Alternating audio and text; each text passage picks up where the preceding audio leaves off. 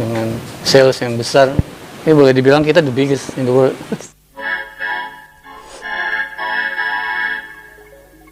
Di tengah kesiapan perilisan album pertama, Slank didorong oleh Budi Susatyo selaku produser untuk mencari ide logo dan warna yang ada filosofinya.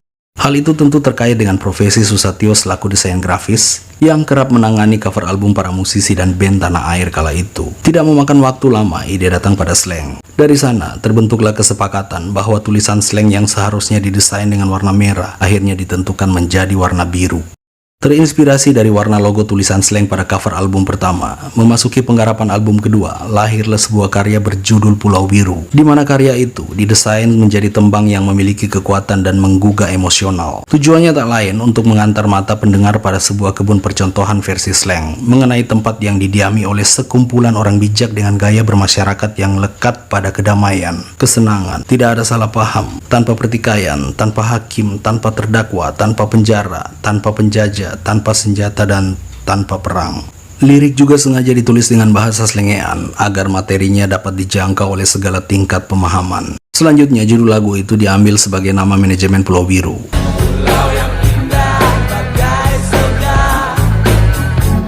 Pulau Biru diawali dari sebuah komunitas, kemudian berdiri sebagai manajemen dan sukses menjadi label indie yang setara dengan major label, membuat Slank diakui dunia sebagai band indie dengan produksi terbesar, penggemar terbesar, dan penjualan terbesar. Pulau Biru adalah miniatur mimpi yang memposisikan kebebasan, kedamaian, dan kebijaksanaan sebagai tatanan utama dalam berkreasi, bersosialisasi, dan dalam hal menerima hak yang seharusnya diterima. Ia merupakan kecerdasan yang ditebar dan diterjemahkan melalui wajah slengean demi menjangkau persepsi ragam lapisan dan membebaskan generasi muda dari sisa faham feodalisme.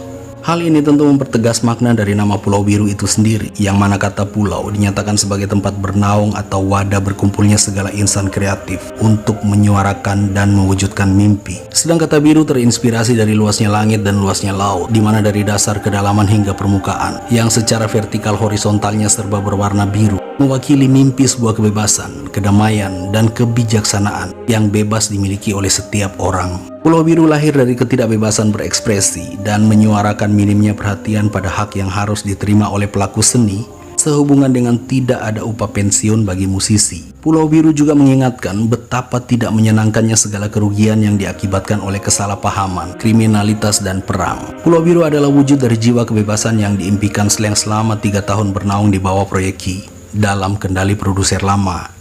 Hal itu disuarakan secara gamblang lewat karya mereka berjudul Generasi Biru yang terdapat pada album keempat Slank. Berdiri pada 10 Agustus 1994, manajemen ini menjadi kendaraan Slank dalam mencetak sejarah emasnya dari generasi ke generasi. Pulau Biru adalah produk jenius yang selalu jadi topik perbandingan dalam jagongan para kreatif yang saat itu turut mendukung bangkitnya industri video klip, rumah produksi, dan dunia pertelevisian yang berhubungan dengan budaya, seni, politik, dan kehidupan sosial masyarakat. Pulau Biru terbentuk dengan gaya slengean, namun punya struktur organisasi yang tertata jelas dan dijalankan dalam warna solidaritas kekeluargaan, dengan sketsa segala soal bisa selesai dengan bicara. Hak kepemilikan sepenuhnya dipegang oleh Slank. Energi Pulau Biru menggeliat dengan sendirinya, menebar frekuensi kuat pada mimpi orang-orang yang sedang ingin memulai karir tanpa settingan promo secara berlebihan dari pengelola manajemen. Di sana pernah bertengger nama-nama besar seperti Dimas Jayadiningrat, Lulu Ratna, Rustam Rastamanis, dan pelaku grafis lainnya. Rustam Rastamanis menggambarkan saat itu kompleks Pulau Biru menjadi resepsionis budaya bagi para petualang lokal maupun mancanegara yang terus berdatangan ke Potlot dengan membawa pertanyaan, ideologi, dan budaya dari tempat asal mereka. Seperti bahtera di tengah arus samudra yang luas, Pulau Biru menjadi tempat yang nyaman bagi bernaungnya para kreator seni, grafis, lukis, literatur, musik, sinematografi, budaya, pelaku bisnis, dan aksi kreasi lainnya. Di sana terdapat pertukaran energi antara satu dan lainnya. Pulau Biru juga tentu saja menjadi area lalu lalangnya musisi muda, baik yang sekedar datang nongkrong maupun yang datang menimba pengetahuan. Corak sosialisasinya tentu kental dengan gaya silaturahmi warga rock and roll Indonesia era 90-an. Jelang pergeseran dari media cetak ke media internet, tahun 1993 hingga 1995 merupakan tahun-tahun giatnya Pulau Biru memanfaatkan media cetak sebagai sarana dalam menyusun connection power dengan slankers dan jajaran kepala sukunya pada berbagai kota di Indonesia. Dalam media ini, Pulau Biru memperkenalkan visi dan misi kedamaian, kritik sosial, kegiatan Slank, dan berita band-band yang bernaung di bawah bendera Potlot melalui buletin dan koran-koranan Slank.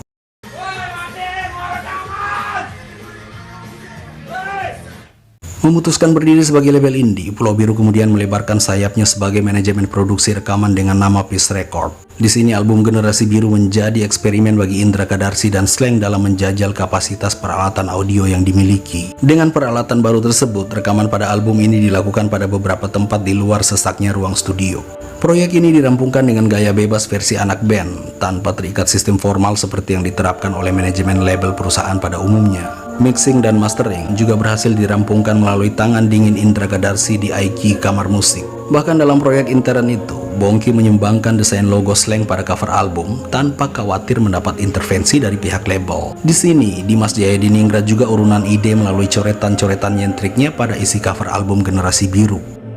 Dalam sejarahnya, Formasi 13 mencetak 2 album pada manajemen ini, yakni Generasi Biru dan Minoritas. Namun di sini juga, euforia berlebihan tidak dapat dihindari. Rupanya sekelompok seniman selengean ini tidak punya perbekalan mental yang cukup dalam menyandang gelar superstar. Tidak terjatuh dengan dahsyatnya badai angin di atas ketinggian pohon, panen rupiah besar-besaran yang tidak pernah diterima dari perusahaan label sebelumnya. Justru menjadi sepoi angin kecil nan sejuk yang menimbulkan rasa ngantuk dan bikin lupa keadaan. Perubahan yang menyakitkan harus datang saat Pulau Biru tengah berkembang dengan segala mimpi dan rencananya, termasuk mempersiapkan produksi rekaman bagi Andi Liani dan band-band yang bernaung di potlot lainnya.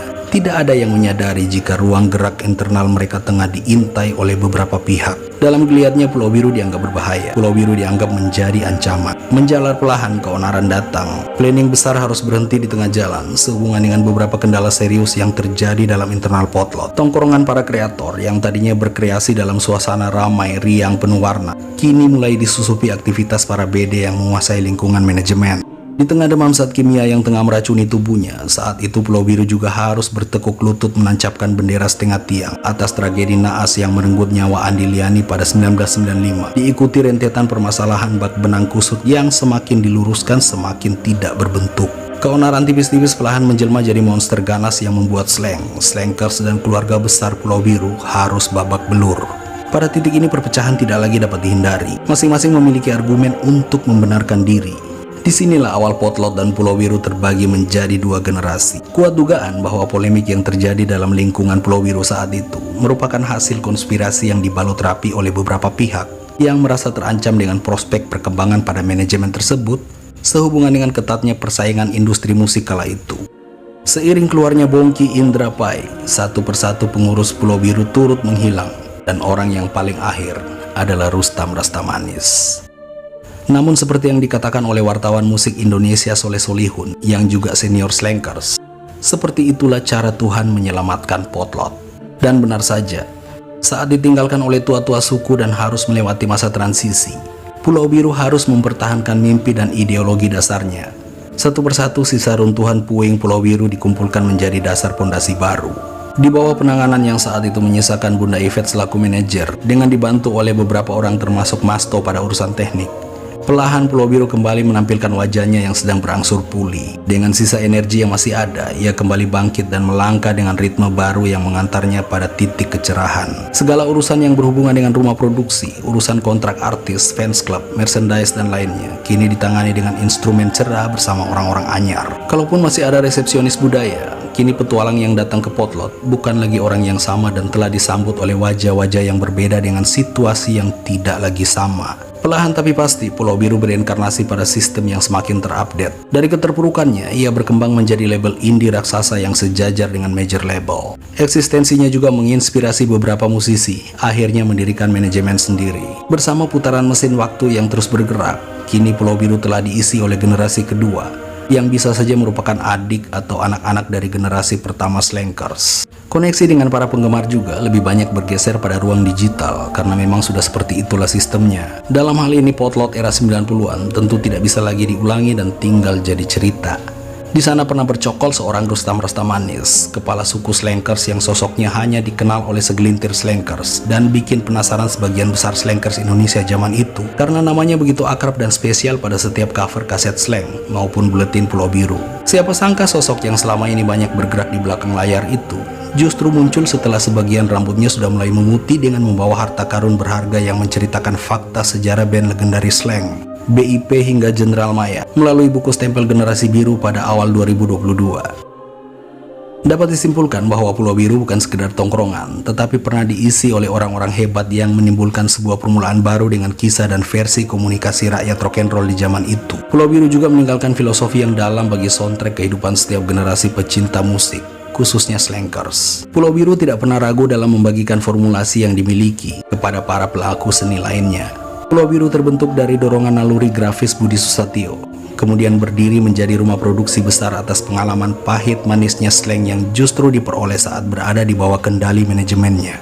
Bisa dibilang Pulau Biru adalah wujud dendam positif yang berangkat dari minimnya pemahaman slang mengenai sistem manajemen pada sebuah band dalam menjalin kerjasama dengan pihak produksi. Dari gagal dan suksesnya Pulau Biru, harus diakui bahwa pandangan ideologi dari dua generasi slankers juga tidak pernah dapat menyatu, karena soundtrack yang diberikan oleh formasi 13 dan 14 disajikan dengan cara berbeda walau masih dalam satu tema. Di sini koneksi emosional keduanya seperti kakak beradik yang tidak pernah akur dan saling membandingkan keunggulan materi yang pernah diberikan oleh dua ibu yang berbeda. Namun sekali lagi, begitulah cara Tuhan menyelamatkan komunitas Potlot. Andai saja tidak ada perpecahan yang terjadi pada Pulau Biru dan jajaran sesepuh lainnya saat itu, mungkin saat ini kita tidak akan menikmati karya-karya terbaik Flowers, BIP, General Maya, dan bahkan proyek musik yang pernah mereka tangani lainnya. Andai saja internal manajemen ini tidak pernah babak belur, tentu generasi setelah kita tidak akan pernah menikmati karya-karya slang dengan suguhan warna gitar Rido Hafils, karakter bass Ivanka, atau corak gitar Abdi Negara, gitaris asal Sulawesi Tengah yang memberi ikonik tersendiri bagi band slang saat ini.